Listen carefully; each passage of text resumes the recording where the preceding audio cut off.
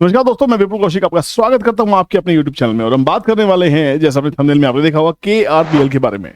बहुत सारे मैसेज आए, पर्सनल व्हाट्सएप के ऊपर भी आए और यहाँ कहीं ना कहीं वीडियोस के नीचे भी कि सर KRBL के बारे में बात कीजिए। बहुत से लोगों ने कहा सर KRBL को डिस्कस कीजिए, क्योंकि अगर मानसून की बात कर रहे हैं, है ना, और MSP अगर बढ़ा दिया गया है पैडी के ऊपर में, तो यहाँ कहीं ना कहीं बासमती राइस की चर्चा होनी ही चाहिए। इंडिया सबसे बड़ा एक्सपोर्टर है बासमती राइस का, उसमें KRBL सबसे बड़ी कंपनी है जो एक्सपोर्ट में जुड़ी हुई है। जो डोमेस्टिकली पैकेज, आपने इंडिया गेट बासमती राइस का आपने नाम सुना होगा, ये KRBL की ही ब्रांड है। तो ब्रांडेड प्रोडक्ट बेचती है डोमेस्टिकली और एक्सपोर्ट करती है।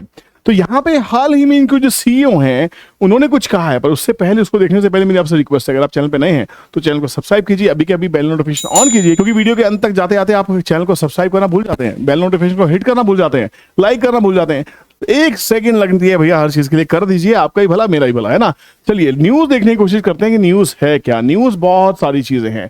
पहले तो हम बात करते हैं, ये माना जा रहा है, जो हमारे जो आशीष जैन है, CFO है KRBL के, उनका कहना है कि भैया जो सेल्स रहने वाली 2025 में बहुत बड़ा चैलेंज रहने वाला है, वो शायद उतनी ही रहने वाली है जो पिछले साल, मतलब 5300 करोड़ के आसपास की सेल्स थी, वो इससे ज्यादा सेल एक्सपेक्ट नहीं कर रहे। बट कहीं ना कहीं अच्छा मॉनसून सीजन, अच्छी पैदावार और अच्छा प्रोडक्शन होने का कहीं ना कहीं फायदा होता है। और सबसे बड़ी बात है कि अगर एक्सपोर्ट बैन लिफ्ट कर लिया जाता है तो ये फायदा यहां मिलेगा। बट प्रॉब्लम यहां आ रही है कि जो पाकिस्तान है, पाकिस्तान भी सस्ता बासमती राइस एक्सपोर्ट कर रहा है, जो एक चैलेंज बना हुआ है। तो KRBL को डिस्कस करने का पर्पस ये नहीं कि कल से भाग के लेना है। KRBL को डिस्कस करने का पर्पस है कि क्या हम उसमें एक स्ट्रेटेजिकल पोजीशन बना सकते हैं। जी हाँ, बनाई जा सकती है। अगर हम बात करते हैं ORF की, ऑब्जर्वर रिसर्च फाउंडेशन की, इनका एक आर्टिकल बहुत ही अच्छा है। कहते हैं कि India is the world's largest rice exporter, making it a significant player in the global rice market. A global rice shortage is anticipated amid rising geopolitical tensions and commodity prices. To safeguard domestic consumers from exorbitant price shocks, India has banned the export of non-basmati white rice since July 2023. This paper examines the ban's implications, especially regarding welfare redistribution among basmati and non-basmati farmers, and presents recommendations on the trade measures and crop substitutions. मतलब कहानी है कि भैया पूरे world में जो बासमती की जो डिमांड है, जो चावल की डिमांड है, वो कम नहीं हो सकती। पूरे वर्ल्ड में आलू और चावल जरूर खाए जाते हैं, ध्यान रखिएगा। और जो जियोपॉलिटिकल सिनेरियोज बने हुए हैं, जो राइस की जो डिमांड है वो कम नहीं होने वाली, बढ़ने ही वाली है। तो यहाँ पे जितने भी ग्लोबल प्लेयर्स हैं, जो राइस सप्लायर्स हैं, जो एक्सपोर्ट करते हैं, वहां पे हम KRBL की पोजीशन को स्ट्रॉन्ग कर सकते हैं आने वाले टाइम में, बशर्ते कुछ बैन्स लिफ्ट हो जाए। तो अगर KRBL सिर्फ और सिर्फ ब्रांडेड बासमती राइस के साथ में अगर नॉर्मल राइस भी सप्लाई करने में जोर दे देता है, अगर वो बैन लिफ्ट हो जाता है, तो यहाँ पे सेल्स बढ़ाई जा सकती हैं। तो कहानी स्ट्रेटेजिक होगी, आने वाले टाइम में एक्सपोर्ट लिफ्ट होंगे या नहीं होंगे। KRBL non branded, non basmati पे भी जोर देगा या नहीं देगा, वो आने वाला समय बताने वाला है। बट अगर चार्ट को देखें तो चार्ट बहुत ही ज्यादा सबड्यूड दिखाई देता है, बहुत ही इंटरेस्टिंग भी दिखाई देता है, क्योंकि यहां पे एक 600 रुपए से गिरता गिरता स्टॉक ने एक लो लगाया, 160 रुपए, क्या 90 रुपए तक का लो लगा दिया। उसके में नीचे स्टॉक था 600 रुपए से गिरता गिरता। ब्रांडेड कंपनी का ये हाल सोचिए, ये कंपनी 18-20 रुपए से चली थी, 600 रुपए चली गई थी। उसके बाद में ये कहीं ना कहीं एक फ्लैग एंड पोल पैटर्न बनता हुआ दिखाई दे रहा है मंथली चार्ट के ऊपर में, बहुत लंबे वाला एक ट्रेंड यहां चेंज होता हुआ दिखाई दे रहा है। यहां पे प्राइस एक प्रॉपर चैनल में चल रहा है, हायर हाई हायर लो के साथ में लगातार चल रहा है, और यहां पे इस चैनल को इसे डाउनवर्ड ब्रेक किया है।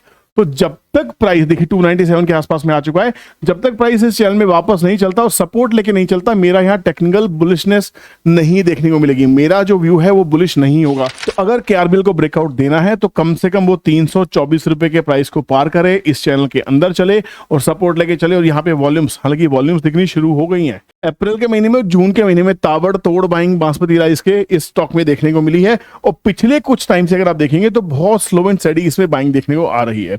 FIs की पोजीशन अगर देखने की कोशिश करते हैं तो FIs भी यहाँ पे थोड़ी सी पोजीशन बढ़ाते हुए दिखाई दे रहे हैं। बट उससे पहले सेल्स देख लेते हैं।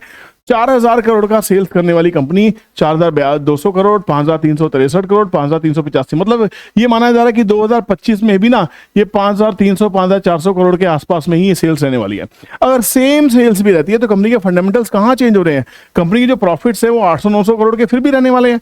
तो कंपनी में खराबी तो नहीं आ रही है। और यहाँ पे अगर देखते हैं दूसरी चीजें, अगर हम इसके इन्वेस्टर्स को देखने की कोशिश करें तो ये हमें बहुत अच्छे से एक चीज बताने की कोशिश करता है कि जो FIs हैं 3.73 से थोड़े से घटे थे, ये दोबारा से आना शुरू हुए। मार्च 2024 में दोबारा से आना शुरू हुए हैं। प्रमोटर के पास 60% इक्विटी है, वहीं के वहीं है।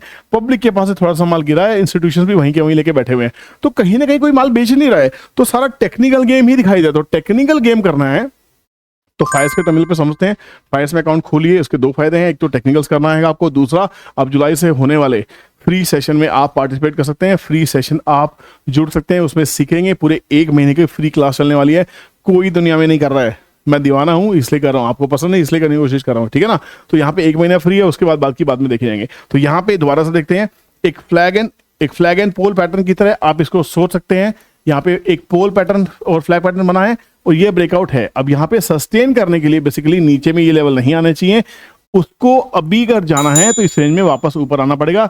324 के ऊपर अगर चलेगा तो फिर मेरा टेक्निकल व्यू इसमें इंटैक्ट हो जाएगा। फिर नए टारगेट के लिए जिस दिन 324 के ऊपर निकला, दूसरी वीडियो केआरबीएल पे जरूर लेके आऊंगा। उम्मीद करता हूं थोड़ा सा व्यू क्लियर होगा कि लेना है तो कहां लेना, नहीं लेना तो क्यों नहीं लेना है ना।